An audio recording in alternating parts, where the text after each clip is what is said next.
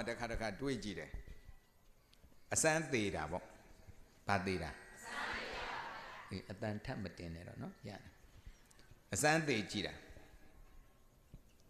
ငါသေးပြီလို့ဒကာဒကမတွေလာကြမယ်မလီဆရာတော်ဖေရဘာညာပေါ့ဘုံဘုံကပက်လက်လေးလာပြီးဘိုက်ပေါ်လက်တင်ထားတာခြေထောက်ကိုလည်းပူးထားသေးတယ်ဒါအစမ်းသေးကြည့်တာအဲ့ဒါလူစုံတော့လာငိုပြီးတော့ညကြရင်ငါနေတဲ့ကျောင်းဘက်ကိုဆရာတော်များ6မလားဆိုလာမမဟုတ်ဘူးလို့မဟုတ်ဘူးလားဟုတ်လားဟုတ်တယ်နော်နင့်ကိုနင်ဘာမှထင်ကြီးမနေနဲ့လို့ဟုတ်တယ်အဲ့ဒါ9ရက်လဲတဲ့အထိတော့တခါတည်းဇာပနာတွေရော9ရက်တွေရောနော်9ရက်ပြီးတော့နည်းနည်းသွေးအေးသွားပြီတလားပြည့်လေးတခါထပ်လို့ဦးမှာနော်တလားပြည့်ရင်တော်တော်မေ့သွားပြီနောက်တစ်နှစ်ပြည့်ဆိုတော်တော်ကိုနှိုးစော်မှရတော့မှာနော်အဲ့တော့ကိုအထင်မကြီးနဲ့နင်းလည်းဘာကောင်းမှမဟုတ်ဘူးဟုတ်တယ်နော်ကဲဒကာဒကမတွေရော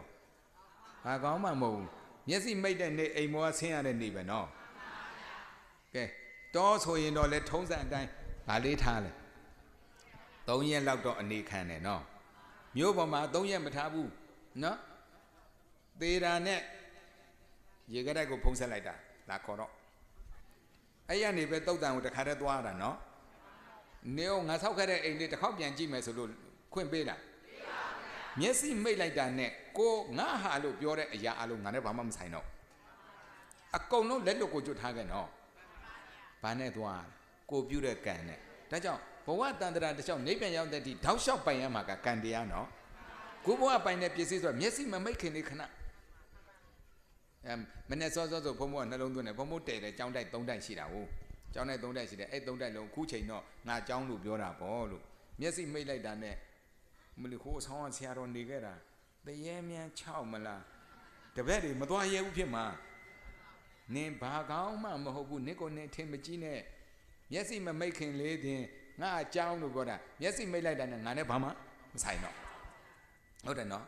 အဲ့တော့နောက်ဘဝတွေမှာဘာပဲပိုင်သွားတာကိုပြုတဲ့ကံပဲပိုင်သွားတာနော်ဒါကြောင့်မလို့ကံသာလျင်ကိုယ်ပိုင်ဥစ္စာအဲ့ဒီဉာဏ်တော့ကိုသေးသေးချာချာတွေးတတ်ရင်သူများကြီးပွားတိုးတက်တဲ့ပုံမှာမနာလို့စရာ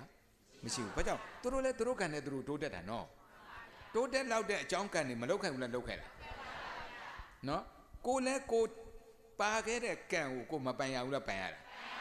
ကိုကံပါတဲ့လောက်ကိုပိုင်ရတာလေအဲ့ဒါ तू ကများလောက်ခဲ့လို့များပါများပိုင်ရတာကိုသွားမနာလို့ဖြစ်တော့ကိုပဲအချောက်တဲ့အကုသိုလ်ဖြစ်တာနော်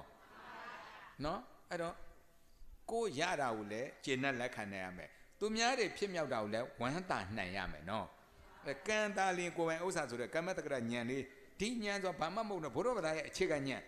အဲ့ဒီဉာဏ်လေးရင့်တိုင်ရင်ပဲတော်တော်နေလို့ထိုင်လို့အဆင်ပြေသွားပြီနော်